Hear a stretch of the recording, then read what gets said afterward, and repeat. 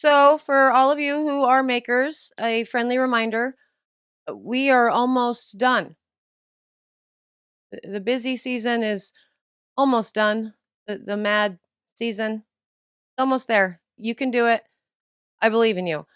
For those of you who are not makers, we're almost done. The busy season is almost over. We can do it. And I believe in you. But seriously, reach out to each other. I know that this is supposed to be the happy time of the year, and actually, we will be talking about this more in my holiday soaps that didn't get released, as to why they didn't get released and what I actually did this year to ensure that I got the happy time of the year. But that's not for today's video. What I really do want to say is, again, this is supposed to be the happy time of the year, but we do always find ourselves very stressed, very spread thin, and you can do it. Don't forget to breathe. Take some time for yourself, for sure. Maybe have a cup of tea. And cup of tea actually does have something to do with today's video, because we are continuing on with the tea soaps line. And I will tell you more about today's soap in just a minute. But before I do, hello, I am Mrs. Soap and Clay. Let's make stuff.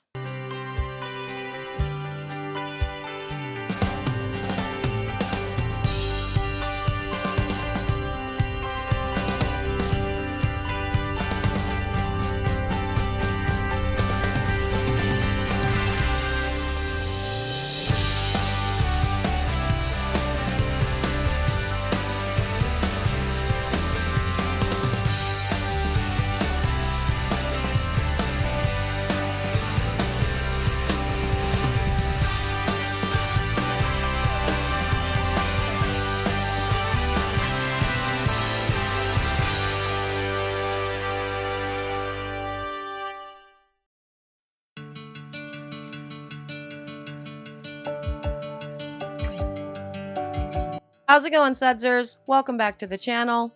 You are at Soap and Clay, where we make all the soapy things, and you are here for week 5 of year 3 of 365 days, 52 weeks of soap.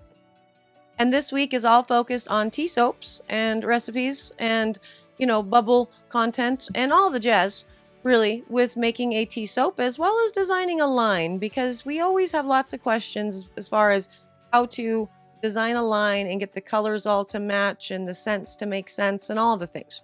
So in today's bar, I am doing something similar to yesterday's bar as far as the design goes. So it's still a 2-layer and it has, angled stuff going on, but I'm going to be doing a mica line in between, and I'm going to be leaning into not only the discoloration of the tea itself in the soap, but also the discoloration of the scent. So I am working with a chai tea for the actual tea, and obviously some chai spicy scents mixed with some other stuff, which we'll talk about in the video as to why I'm mixing.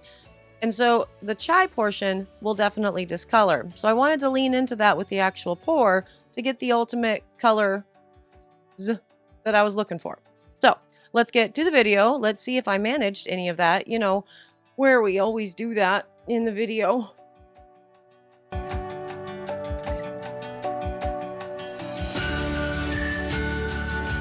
Okay, so today we are doing another tea soap, and as I said, we are working with a chai tea for all of this, and I am using, actually I don't know if I said that already, I'm working with chai tea for this. So the process for the insertion of the tea is, like it was yesterday. I put tea leaves in with the water and then the lye solution, and then so it got real hot, and then cooled down, and we use the lye water as normal, really. It's just weirdly colored and has lots of tea in it. So with the chai, the discoloration of the actual scent that I'm using, so the Nature's Garden scent, is pretty good. It's supposed to go to, according to Nature's Garden, like a lavender color, but I have legit never seen a fragrance discolor to anything other than like beige, yellow, or brown or black. So whenever I see a lavender discoloration, I always get it and see, if it discolors to lavender. Never has done, but it will discolor. So I thought I would lean into the discoloration that's going to come from the chai scent that I'm putting in this, as well as the potential discoloration that comes from the tea itself. Now, as you can see, with the other soap that I made, yesterday, I colored both portions pink and black. And so it didn't super matter whether or not the tea was in there and there's going to be any sort of discoloration from that. But do expect that there's going to be at least a light tan discoloration when you are working with teas in your, soap, because tea is darker usually. I mean, unless you're working with like a chamomile or something. But so far, I've done a black tea and a chai tea, and those are both dark teas. But the chai that I put in this, again, does discolor. And since you can only use this fragrance at, I think, 2%, I blended it with another fragrance from Sierra Candles that is also known to discolor just slightly.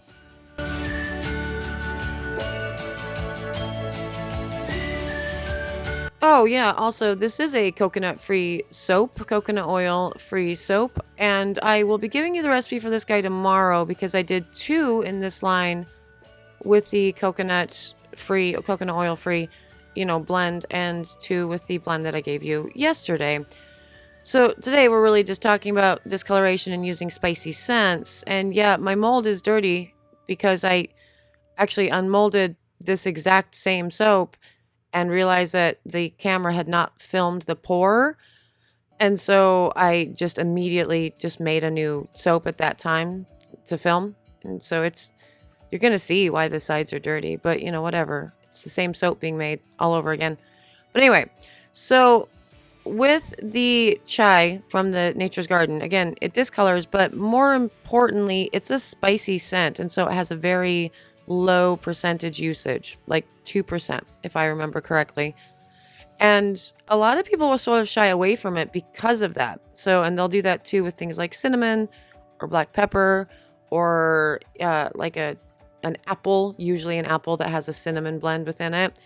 The low usage rates, people go, oh, well, it's not even worth using.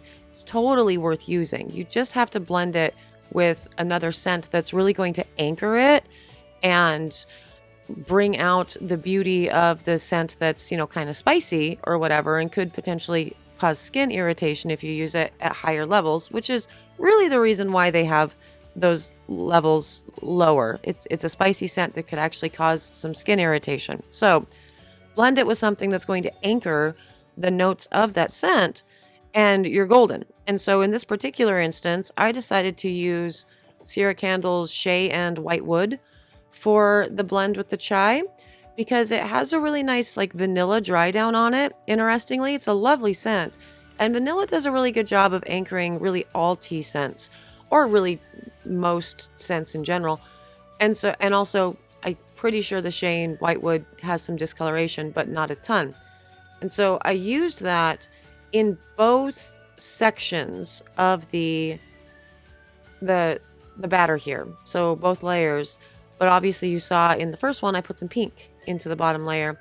And so I'm thinking between that, even though I used the same amount of fragrance and the same blend in both sections, I'm going to end up with a different, both sections are going to be, differently colored is my thinking.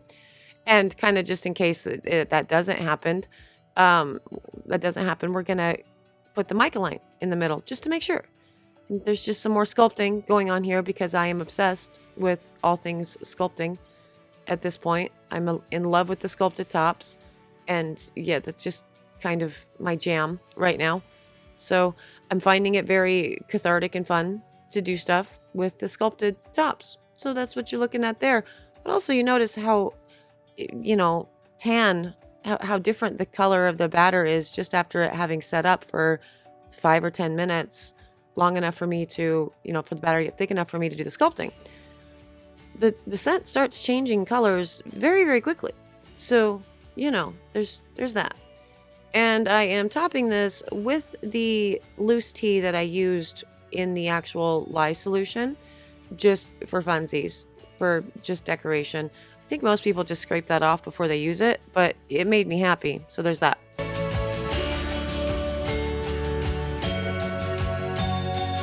Okay, and on to the cut. And this guy was C-popped and gelled, and it is absolutely gorgeous. So shiny and pretty. It's one thing I love about tea soaps. The finished edges are always just so shiny. Doesn't really matter about the blend.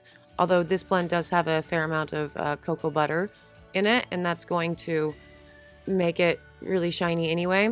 I will give you that recipe again tomorrow for tomorrow's soap. But yeah, look at that. It totally worked. It's absolutely beautiful. We have, again, the bottom half ended up with pink in it, and the top half ended up with nothing in it, and just the scent. And so, yeah, there's a difference in color, which is fun. Just working with the discoloration.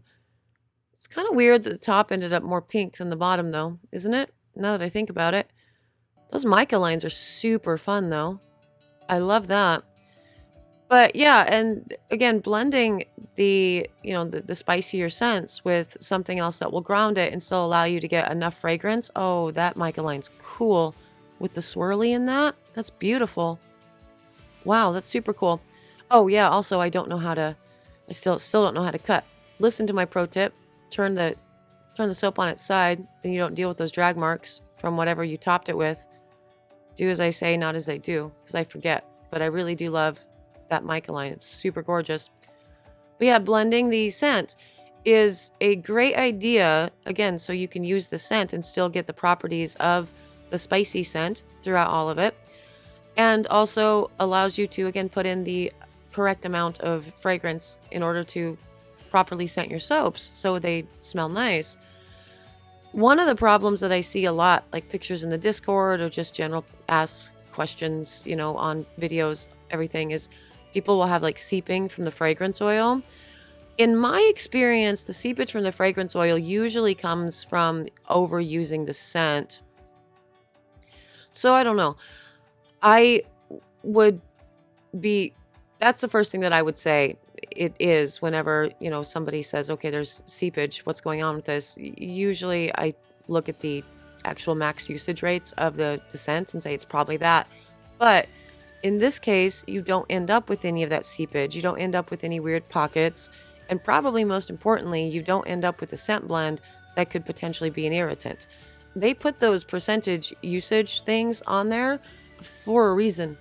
I mean, yeah, they're guidelines for sure, but they're safety guidelines. And you really have to think about the potential that your soap is going to be used by a person with the most sensitive skin on the planet, and be responsible with that in mind. So if it's going to be good for the person who is super sensitive and breaks out with everything, then it's going to be good for the normal person that has, the average amount of skin irritation tolerance. You know what I mean? You get it? And actually, I don't really know if that's normal. A, normal's a weird word because that's not really a thing. But two, I think it's actually more normal to have, sensitive skin in some level than not. And, that's okay. But the discoloration, super pretty. The scent, absolutely gorgeous. Again, pairing a chai with a vanilla is obviously a slam dunk. Vanilla chai is a whole ass thing. And that's my favorite bar. Those curly cues are so cute. And yeah, it's very cute, very awesome soaps. I really think that they worked out really well with the first bar so far, right? But maybe the more lavender version of it. I don't know. What are we thinking about this design line? I'm not sure. And there they are, my chai tea soaps, and they look beautiful, they smell phenomenal, and yeah, all things considered, they totally did the discoloration that I ultimately wanted, in that I have two. I have a lighter and a darker, and then that mica line, absolutely stunning. Love it a lot. And I also really love the bubble on this. I've been playing with no coconut oil in soaps recently because we have a challenge coming up for Project Soapway that will involve that guy. So I really have been enjoying, playing with different recipes that don't involve coconut oil at all, but still getting a really epic bubble. And so I love that for me. Definitely pay attention to, what I talked about in the video about blending fragrances. There are a lot of spicy fragrances out there, right? You have your cinnamons and your black peppers and your chais, apples, and those are usually going to be put at a percentage of like 1% or 0.5% or 2%.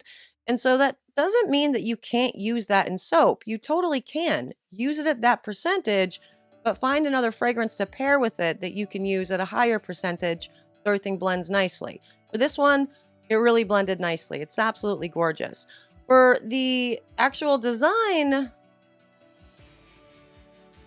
so far I'm thinking for the design and actually creating the theme that the more lavender colored first bar is going to be better than this one. Ultimately, as I said yesterday, it didn't matter. This entire initial run, they all sold out with my wholesale accounts and my corporate accounts. And so they all liked them and they didn't care regardless of the color. But I am curious as to what your opinions are when it's all said and done. And we will continue to sort of show them all together to see if we're on the right track as far as the colors and the design and the thought process behind all of that. So there's that. Again, as I said yesterday, these are not available at soapandclay.com. This will be available in January as part of my January line because I didn't get to release them, to the retail sudsers, and that sucks.